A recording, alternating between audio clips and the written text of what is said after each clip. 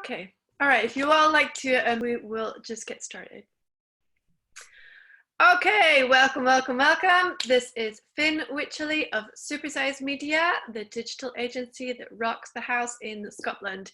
But we're also here as part of the She Means Business Scotland show. So She Means Business Scotland has been brought to you with the help of Enterprise Nation, a fantastic resource online for helping people thinking about getting into business or who are already wanting to grow their business, as well as Facebook. She Means Business was set up to make sure that women across the UK and across the world, in fact, were getting access to all the information that they needed to know about how to use all the incredible tools that are available for you for free using Facebook, Instagram, etc., etc. And I happen to be one of their big trainers in Scotland. In fact, the only trainer that they've got in Scotland. They've recruited a whole bunch of outstanding trainers across the UK, and my fellow companions who are training people up on Facebook and Instagram have got responsibilities for places like Huddersfield or Leeds, whereas I get the whole of Scotland. Woo-hoo. So this was normally going to be an event that was going physically around the whole of Scotland to let everybody know about, all the women know about how to use Facebook and Instagram, etc. properly. But unfortunately, Corona kicked in, and now we're doing a weekly live. Every week we've got fantastic guests to interview to inspire you and help you understand how to move forward during these difficult times. And then on the fourth week, we also have a fantastic social media free training going on. For example, last week we did a special one all about how to use your mobile to get use all the creative tricks on your mobile to be able to find ways to get into people's news feed and make sure they're stopping on the scroll when you're getting your business in front of your target audience. But anyway, first of all, I'd like to introduce you to my guests today on the She Means Business Scotland show. We have the amazing Julie Snell, chair of the Scottish 5G Centre, and she's going to be talking to us about why 5G is important to you and why fake news is damaging. We're also going to be talking to Gin Lalli, who's a psychiatrist, and she's going to be talking about why I'm a therapist that doesn't need to hear your problems. And then we're also going to be talking to the amazing Nikki Simpson, director of the International Magazine Centre, talking about the underrepresentation of minorities in magazine publishing. So that's obviously a subject dear to many people's hearts at the moment. So we're going to hear from our guests in just a moment. But first, let me tell you about some amazing kind of news that you want to hear for anybody who's in business or thinking about setting up a business. If you check out on the Enterprise Nation website, you're going to see all kinds of articles to do with the news that's just been launched. For example, there's a guide there to the coronavirus self-employed income support scheme that was just launched at the beginning of this week. So this is a whole new scheme that's just been introduced as well. So if you're in self-employed capacity, make sure you go and check that out.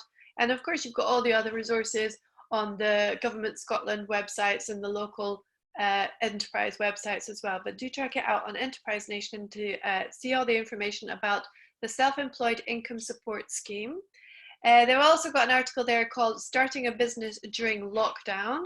There's a great one there for anybody thinking about starting a business when they're over 50. Yes, because a lot of people think it's a young person's activity, but actually the reality is, and nowadays everybody has to think about some kind of either business activity or even a side hustle activity to supplement their maybe meager income at the moment. And speaking of which, the government has just decided to extend the job retention scheme until October. That means anybody who is currently on furlough has got the opportunity to carry on being on furlough right up until October and perhaps onwards. Who knows? Let's see what happens, eh? All right, so let me introduce you to our first guest, Nikki Simpson. Nikki, would you like to unmute your mic and we can have a quick chat? How are you doing? Hi, I'm good, thanks. How are you? I'm great. So where are you speaking from? So I'm speaking from the metropolis that is Bilston, tiny little village just outside Edinburgh. If you know where IKEA or Roslyn Chapel is, then you know roughly where I am. It's got a kebab shop. That's all we need.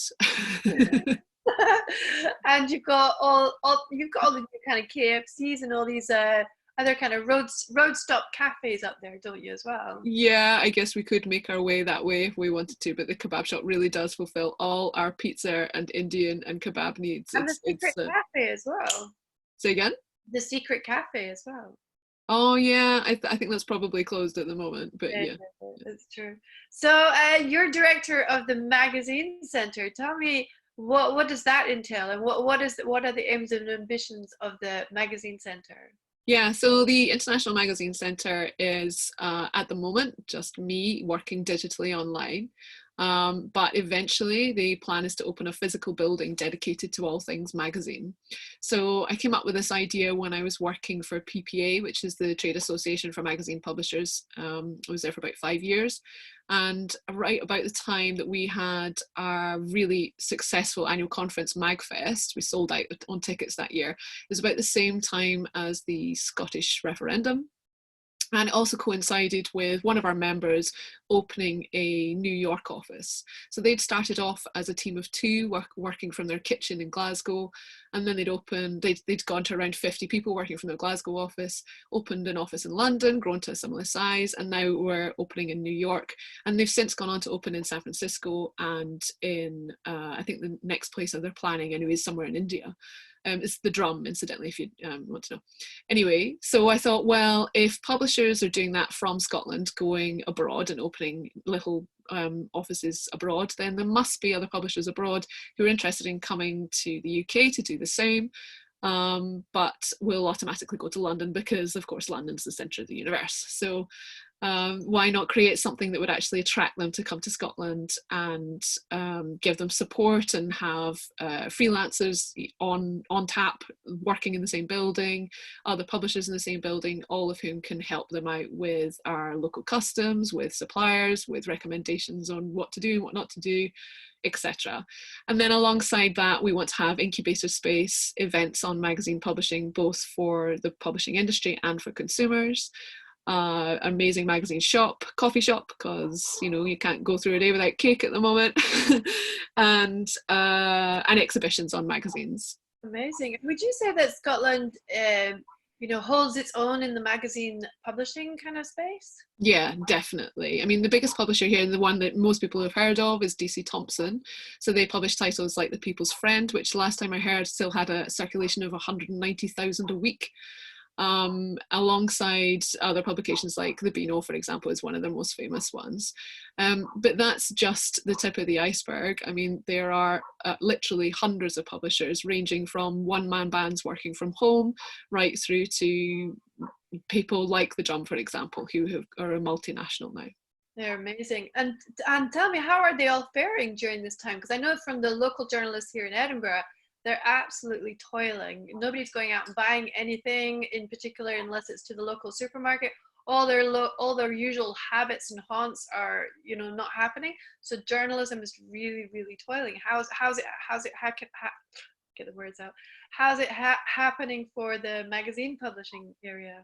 So, I mean, it's a really tough time. And there are some publishers who've had to close. Most significantly, Associated Media in South Africa has closed altogether. And that was a major blow for the publishing industry, certainly in South Africa and the world, in my opinion. So they published titles like Cosmopolitan. I mean, they're a massive publisher, but they rely on newsstand sales, and all those newsstands are closed at the moment, so just impossible to get their magazine out there. But then there's other publishers who are doing really well. So I know a title called Positive News has seen their web traffic double and their subscriptions triple since the coronavirus has hit. So a lot of people are experiencing a rise in subscriptions, which is great. And then there's others who are also really struggling. So, for example, free distribution, people who have their magazines left in pubs and cafes and so on. Obviously all those pubs and cafes are closed. It's just a really difficult time for everybody, I think. But yeah, it's just keeping on, I guess. And basically keeping on being online, essentially, because those who have got a very, very strong presence online are the ones who are going to be the ones that survive. Well, the ones that have a lot of news around the coronavirus as well have a lot of action still on their website. So if they're just online and their revenue streams are through advertising, then, and they've got a lot of coronavirus stuff to talk about, then that's fine. But if, for example, you're in the fashion industry, you know, that's difficult, and you're not going to get a lot of traffic because everybody just goes on the internet to see what the next news is about coronavirus, you know. So what can you do? Yeah, tough times. It's really tough. So tell us about the ethnic minority position and all the other minorities, because obviously you're concerned about the lack of ethnic minority or other minority representation within the magazine publishing. What is the problem there? So yeah, so I attended an event in September last year as part of the Edinburgh International Magazine Festival, where there was a research paper presented from a woman called Ivana Abel, who's works at the University of Derby. So she'd done some research alongside a Brazilian counterpart working from Brazil on the Brazilian and UK women's magazine market. They looked at 5 different titles aimed at the middle-aged women's market in both countries, and they looked at them over 5 years to see what the representation was of minorities. So they found that over those 5 years and those 5 titles, who will remain nameless, I don't want to shame them in any way, you know, if anything, people are just doing their absolute best at the moment to get by. But there were more flamingos on front covers than there were black women, which when I heard that stat, I was just really shocked and felt a little bit vomity, to be honest with you. I just thought, you know, we can't continue this way. So the research paper went on to say that actually there was no representation at all from anyone transgender, nobody at all with a visible disability, and nobody pregnant. So for me, it's not even a matter of the representation of minorities, but just the representation of real people.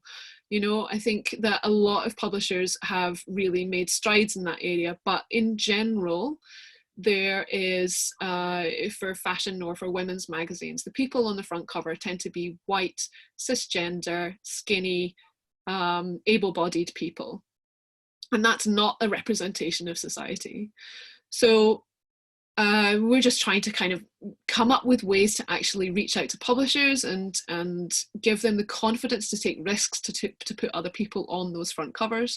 And we're trying to connect with consumers as well to try and encourage them to write to the magazines that they love and encourage them to do so, and, you know, affirm that they will continue to buy those magazines if they happen to put real people on the front covers. And also we're creating a training course, a low barrier to access training course, to get people who are in minorities or who have care responsibilities, or who just can't afford to go to university, or who can't afford to spend thousands of pounds on training, to take a training course and have a qualification, and therefore go and work in the media. And the basis behind all this is really quite simple. You know, it's the same conversations we've been having for a long time about representation on boards from women. You know, if you have a 50-50 split, men and women, you will come up with a broader range of ideas and therefore a broader range of solutions to any problems that you're facing. And it's exactly the same situation with anybody from minority. If you have a broader range of, or a diverse range of people on a board or in decision-making positions, you will come up with a more diverse selection of problem solving. And again, on the front covers of those magazines, if you've got people working in your business, then you will have more diversity on your front covers. It's difficult to write about issues of race or issues of disability or whatever if you're not one of those people yourself. So people need to be invited into those publishing houses and given the confidence to be able to do that. Yeah, I think it's particularly tricky in Scotland because, I mean, we tend to be overly white in this country, and it's particularly difficult to get that diversity in the workforce. There needs to be a lot more effort from companies across the board to be able to not just encourage people coming into the industry, but also to see that there's not going to be a glass ceiling that there has been for women, for example, for hundreds of years. Yeah, definitely. But I mean, in the same sense, if people say to me, well, I put out an advert for a job and I get 10 really overqualified men applying and 1 woman and she's underqualified, so I'm going to hire a man, even though they've got too many men on their board already. What I would say is, well, then you're just being a little bit maybe lazy, because, okay, yes, you're short on time, but headhunters are out there. You can headhunt these people. You can go and find these people. And that has a positive effect on your business bottom line. It's not just about doing it for the sake of it. It has a positive effect on your bottom line. So that, to me, negates the cost of that headhunting. Yeah, we've got a question here from Gin, who's going to be speaking in a minute.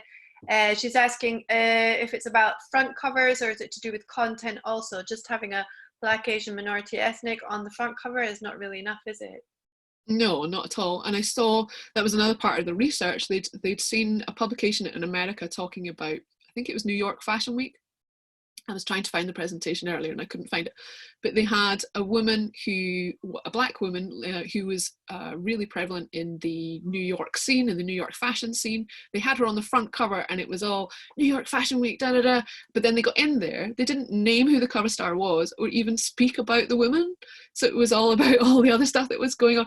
It's just crazy. But then, I mean, I'm coming at it from a Scottish perspective as well. And I was speaking to somebody yesterday who was saying to me that his wife is Black and she's American, and in America it's a different scene there. Here there's an expectation that there should be a kind of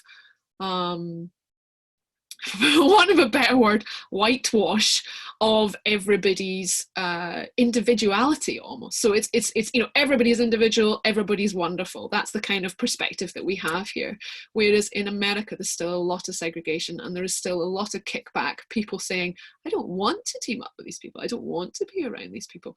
And that's a massive societal issue that obviously I'm not really in a position to try and change, but I do feel like we can have these conversations, start trying to just get people talking about it, Yeah, so I mean, it's a tricky one because obviously sometimes the expectations can be quite low as well. I mean, I know that there's a lot of campaigns around getting diversity for just women into businesses and senior management and into the boards, and the objective is 30%, but it doesn't make sense to me to have 30%.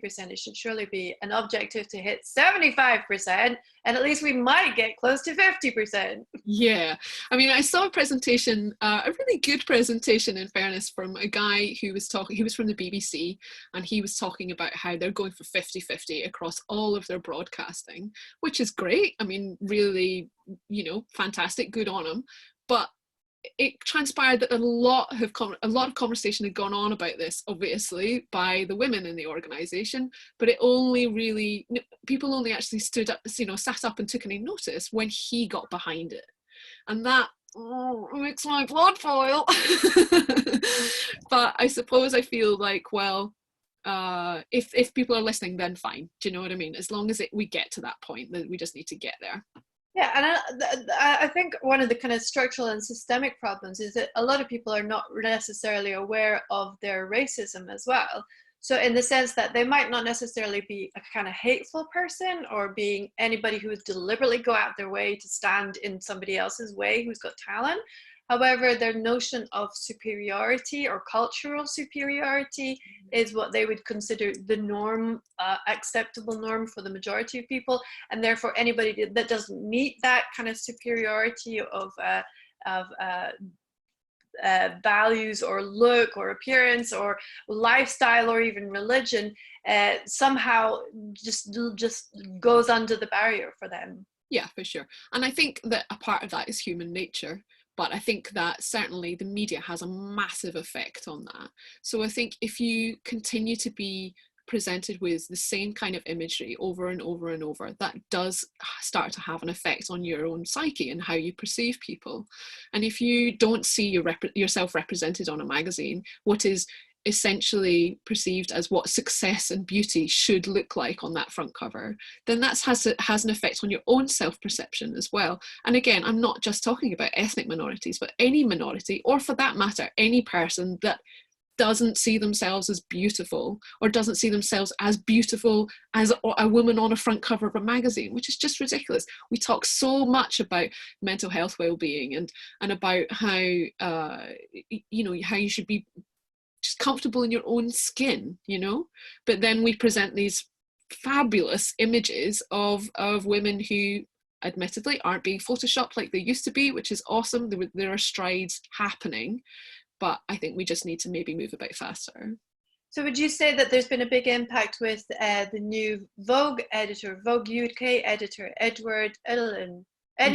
Yeah. Has there been a big impact in the fashion industry with his appointment? Yeah, there has been, I think. And I think a big impact just in that he's been putting lots of minority content in the magazine, which is fantastic, but just him as a figurehead as well. That's definitely got a lot of weight behind it, yeah. Amazing. So tell us, how are people going to be able to get hold of you if they want to find out more about the schemes that you're involved in, or how to be able to access more information about what you do? Yeah, so you can have a look at our website, internationalmagazinecentre.com. You can email me, Nikki, that's Nikki. You can see it on my little profile picture, Nikki, at internationalmagazinecentre.com. Yeah, I mean, I'm all over my website, so yeah, just drop me an email. I'd love to speak to anybody who's interested in magazine publishing, in the underrepresentation of minorities in the media, in talking to us about our training course or being involved in our training course. It'd be great to speak to anybody who wants to be involved. Amazing. Well done for the initiative as well. And if anybody's passing through Bilston, obviously Nikki will be there. We're opposite the kebab shop. Brilliant. Thanks very much, Nikki. Okay. Oh, I just wanted to say as well, sorry, Finn, you asked if there was anything that we could offer anybody who's listening today. Yep. So we're doing a little thing on Facebook at the moment called My Favorite Magazine, which is just 2-minute videos of people recording why they love their magazine, why they love their favorite magazine, why magazines are important to them, why, anything they like, really. Have a look on our Facebook page. I'd just like to say, if anybody would like to do a video for me, especially women, I know that there's hundreds of women on here. If you'd like to do a video, just send it to me, and I'll give you a free ticket for an event of your choice once lockdown's finished. Amazing. And does it have to be an online magazine, or can it be a physical one? Because I can't remember the last time I bought any of those physical magazines or newspapers. It can be either or. It makes absolutely no odds. Brilliant. Okay. Oh, thank you so much, Nikki. That's been brilliant. Thank you so much. Thanks for welcoming me, Finn. It's really nice to be here. Yeah, brilliant. All right, Jen, I can see you itching away to jump in there. Yeah, I'm sure you've got a couple of comments you want to add in there. I mean, feel free to jump in if you have anything to say on anybody commenting. And that goes for everybody in the room as well. Feel free to put any questions that you might have to our speakers today in the chat section, and I'll make sure to be able to ask those questions to our speakers today.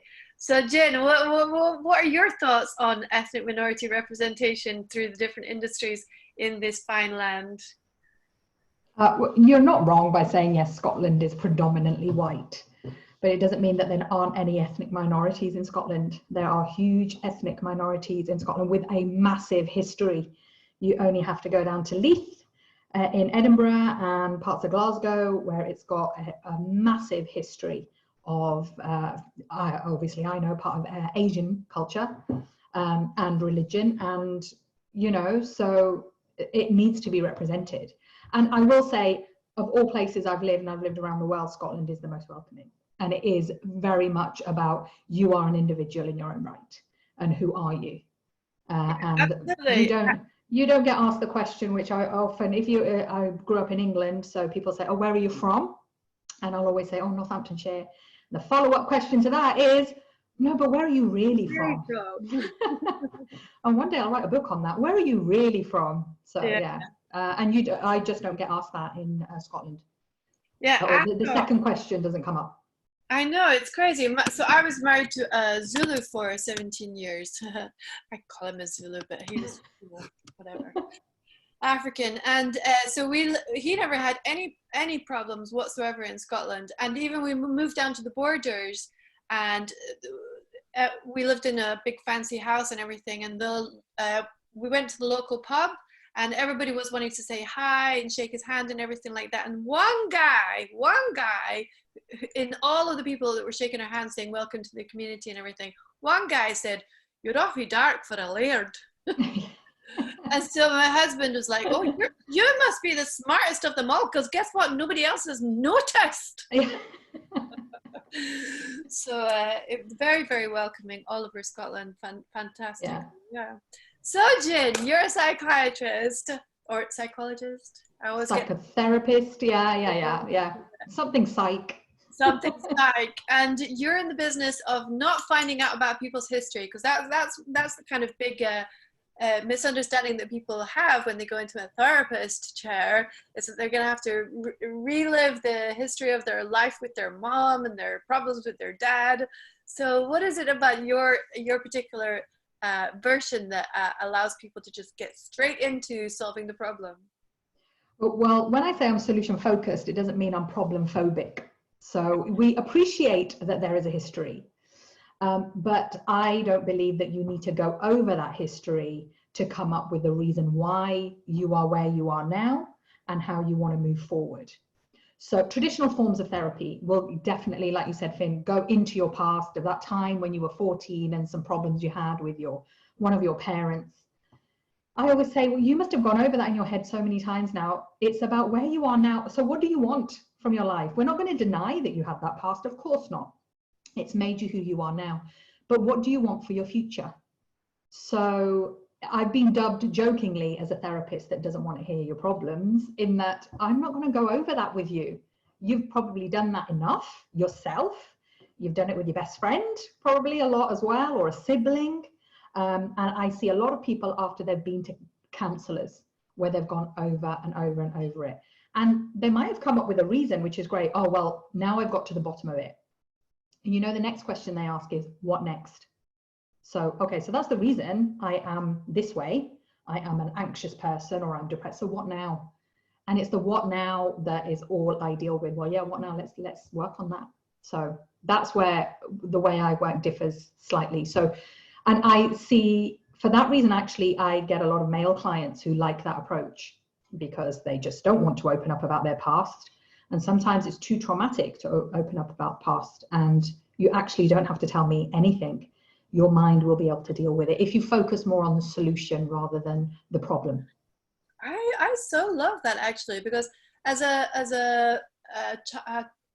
I've got 3 other siblings, so we came from a big family, and then I also have 5 children myself.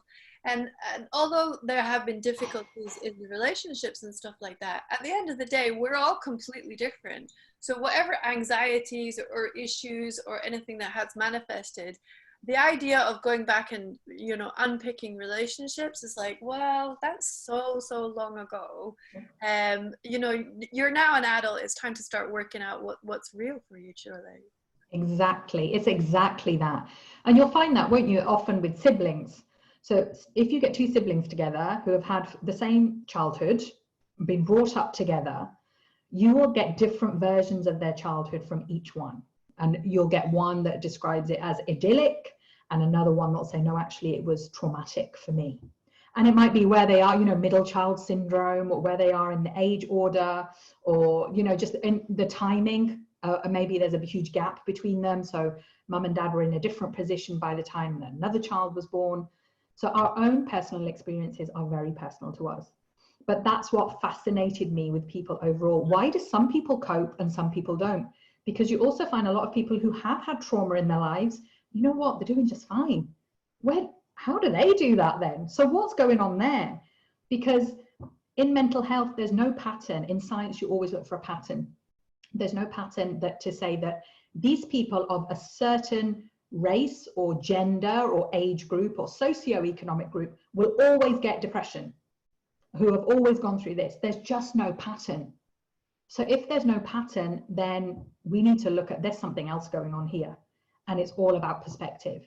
And when I trained to do something in psychotherapy, I knew that the traditional forms of counseling weren't going to suit me. One, because I would take on people's problems. I'm quite sensitive. I'd be really absorbing everything they said and go, oh, right, are you okay? And it would stew in my own mind. And two, personally, I don't believe in doing it. So we can go over it once or twice. I'm not saying shut it out, but yes, everybody's got a history. There's no one on here now that has never had a bereavement or a financial crisis or a relationship breakup or a career issue or a family issue. But why do some people cope and some people don't? Isn't that just fascinating? That what is it about that? And that's why I do what I do. Amazing. And I mean, what are you finding at the moment? Obviously, we're in a major kind of breakdown of society right now. So I would imagine that, you know, it's going to bring out the best in some people. It's also going to bring out the worst in others as well. Yeah, yeah. I've got some of my clients right now are living their best life. That's their words. I'm living my best life right now, Gin. Everything is, I'm getting everything done that I want to. And we see this, don't we? And to some extent, that can annoy a lot of people. So you're seeing on social media that people are, you know, they're learning Mandarin and they're getting really fit and they're looking beautiful. And then we've got other people that are just falling apart and just want to eat chocolate and watch Netflix. You know what? Whatever you're doing is fine. And I think it's society again, isn't it? Going back to what Nikki was saying, we're setting standards. You're already setting standards that this is how you should be in lockdown because, you know, everybody's doing this. But once we have to go back to, we're all individuals and we all have our own personality. And you know what? It's fine if you want to eat chocolate and watch Netflix for a day. But surely there must be something in you that knows that I do want to feel better. I do want to come out of this. And it's focusing on that will get you through. We don't know how we're going to come out of it yet. We're still looking for instruction from leaders and government.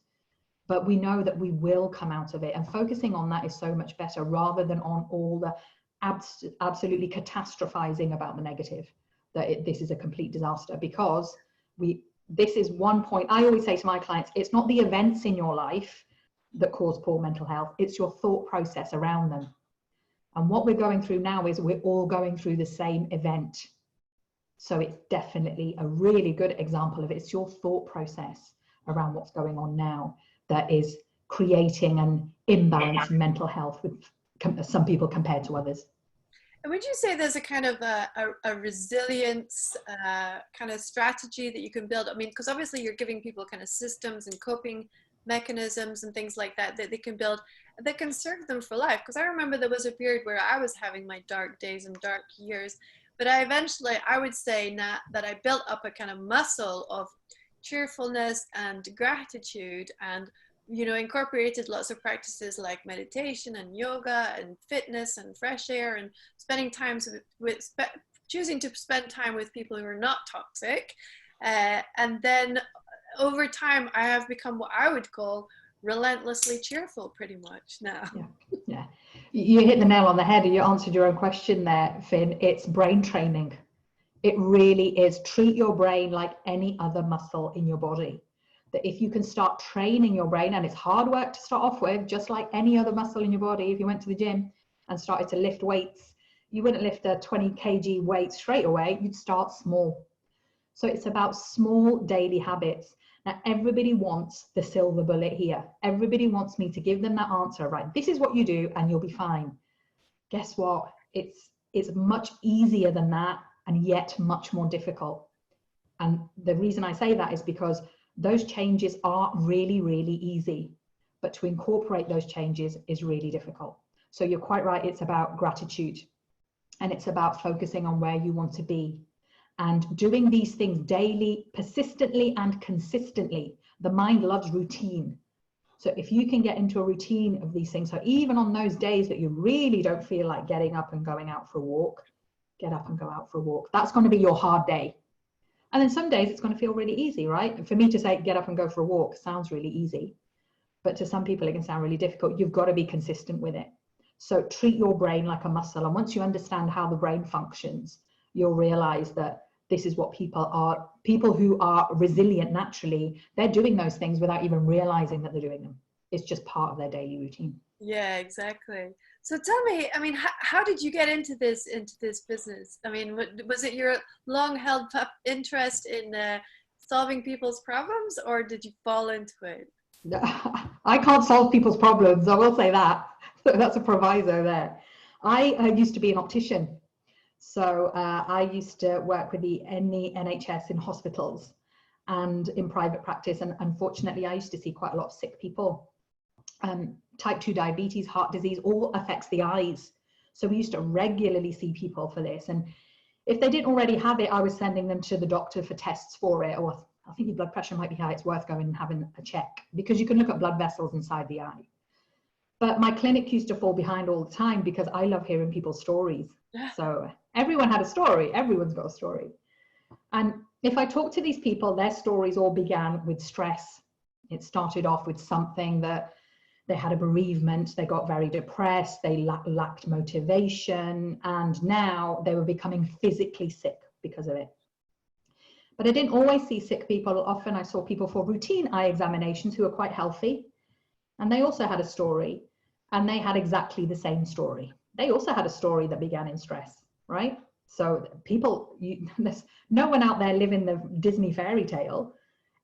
These people still had a stressful story, and they were doing really well and very healthy. And I just started to get fascinated. Well, what's going on here? Why are some people coping with life's challenges and some aren't? So I decided to retrain in psychotherapy. And when I found solution-focused work, I knew this was for me. So I dabbled for a long time. And like I said, I talked about counseling, and I knew I can't do that, but there weren't any other solutions. It's just the traditional form of therapy is going over your problems. And I thought there's got to be something else out there.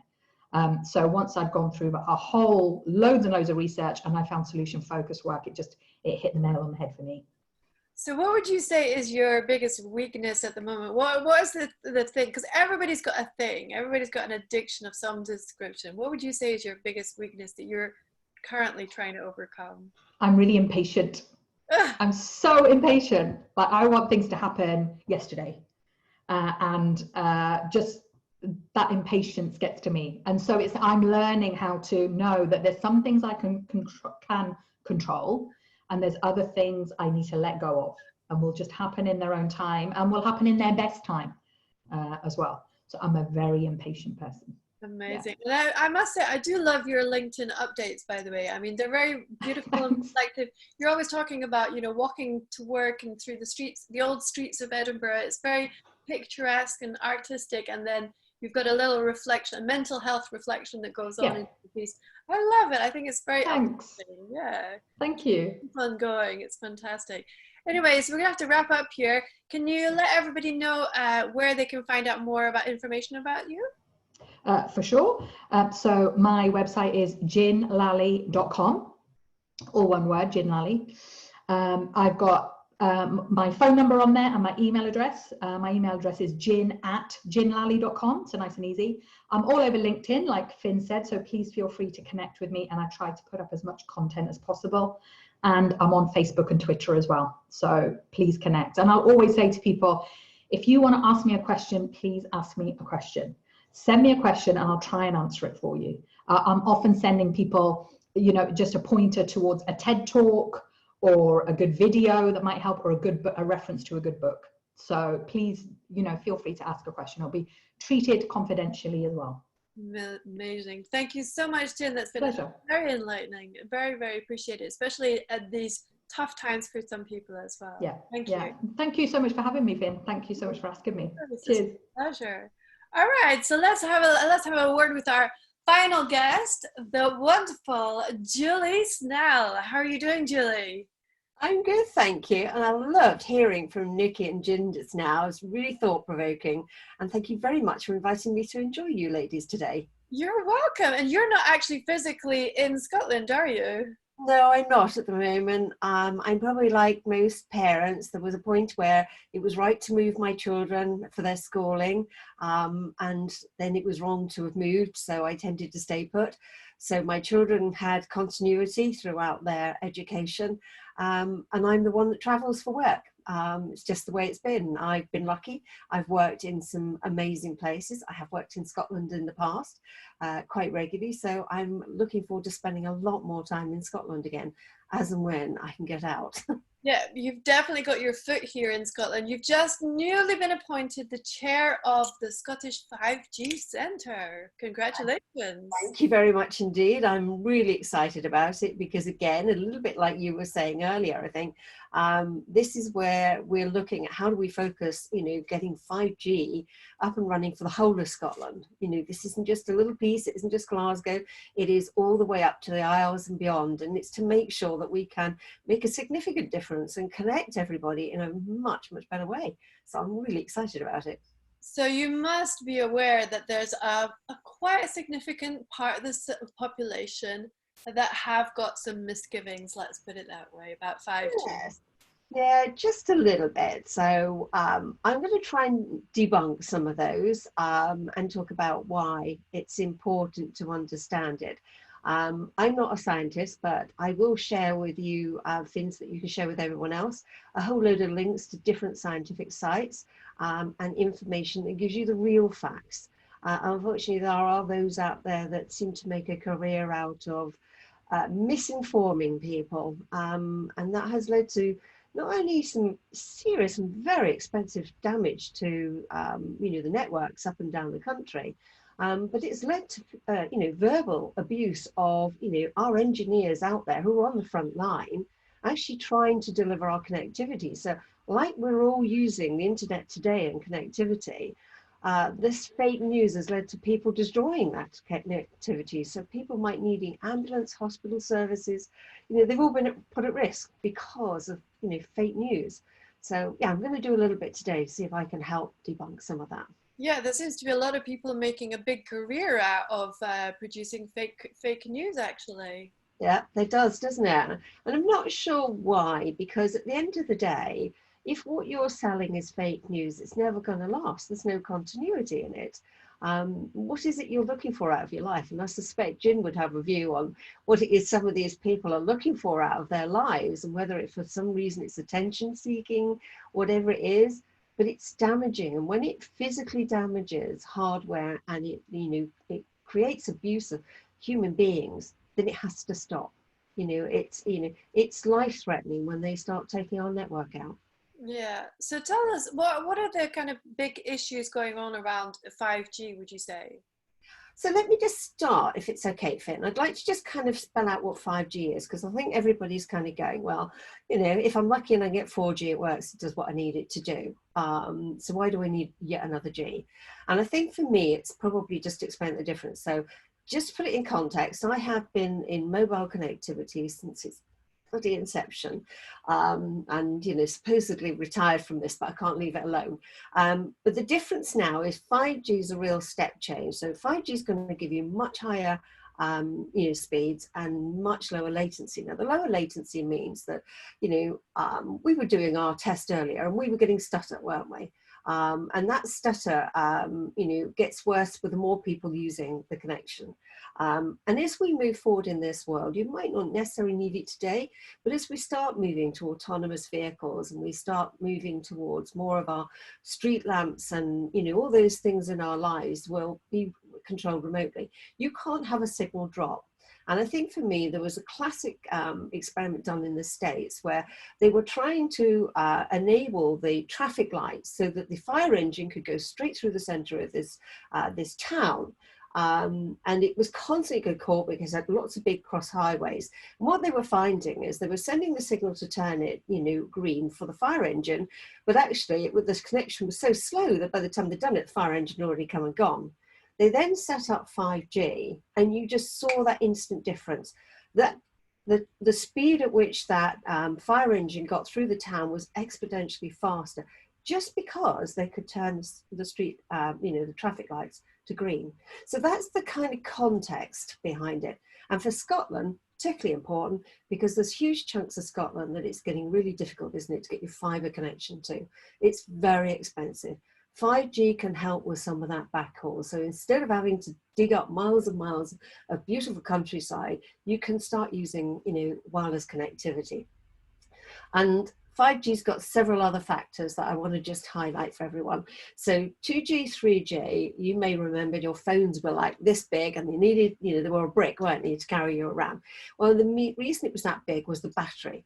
because the base stations were kind of 20 or 30 miles apart, and the battery then needed to be able to send your signal that far. So every time you had it into your ear, yes, it felt warm. And to be quite honest, I wouldn't let my children have a phone at that stage because I felt it was dangerous, purely because of the heat that was being generated. And young brains and young skulls aren't solid. So that was kind of, the case. And then as we move through the Gs, and you've noticed your phones have got smaller, your batteries have got smaller because the base stations have got closer. So now you're not generating that heat either, and the signal's not going as far. So yes, 5G is going to lead a lot more base stations infilling, and the more they infill, the safer it becomes. So that's kind of, for me, the top level as to where that is. Now, I'm going to explain a little bit, and I'm going to try not to get techie. So for everyone, I am not a techie. I do understand a lot about technology, but for me, if it doesn't solve a problem, then why would you have it? But I am going to go a little bit techie. So Finn, you've got a slide there. Could you just... I am all ready. My finger is on the button. Fantastic. Now, I apologize because the slide's not particularly focused because I pinched this off the Ofcom site this morning and it's not particularly clear. But what I want you to do is focus on the end of the slide where you've got the terrestrial TV, your 2, 3 and 4G. So these are what we call radiation spectrum bandwidths, okay? And what you're looking at is clearly where your TV is, you can see at one end. Then you had your 2, 3 and 4G, and then you can see you get into a higher bandwidth for the 3.4 to 3.8. Then you get to Wi-Fi. So for everyone to put this into context, you're using Wi-Fi in your home now. This is a higher spectrum than 3G is going to be. So if you understand and feel comfortable with Wi-Fi, why would you struggle with the 5G? So if you look to the further end of it, you can see that you've got visible light, you've got the ultraviolet, and you've got X-rays. Yes, that's when it gets damaging. So if you could just pop that down now, thank you. So I just wanted to share that piece with you so that you could get a bit of an understanding. So let me just explain a little bit more. So can it cause coronavirus? Because that seems to be the current question. That's the big one. Yes. No, it darn well can't. It's a bloody radio wave. Sorry, excuse my language. It's particles of light, okay? So the science is that, coronavirus, it's a parasite. It's a biological organism, and it hijacks our living cells, okay? Whereas your light spectrum has nothing to do with the way that your body works. It cannot harm a bee, a butterfly, cannot change the DNA, it cannot change the cell structure. You saw how low it was in the bandwidth. It's in the non-ionizing. Now, if you were sticking it in an X-ray machine, yeah, okay, maybe it would do something different. But there is absolutely no connection between wireless signaling and what physically happens to the body. So I just want to debunk that. And again, I'll share a link with a bit of a report that was done by the Science Media Centre. So it'll help that one. So yes, it's safe to use. It's down in that low bandwidth. So just wanted to put that one to bed. And if anyone's got any questions on that, I am really happy to answer them as best I can. But like I say, I will supply you with the real information from the scientists at the end of this one. So just make sure you remember that your 5G is going to give you a better connection. It's going to be much faster, slower latency. So when your kids are gaming and it freezes up at that moment, they were going to win the game or shoot someone, they're going to be much happier when they've got that low latency. That's the thing it's fine. If you're running a business, connectivity is obviously very, very important. And, we've got some fantastic cases where we've got an experiment running in the Isles at the moment where we're looking at a fishery farm. And that fishery farm is using 5G to transmit data from the salmon and their conditions, particularly when the weather is so bad that they can't get out to them.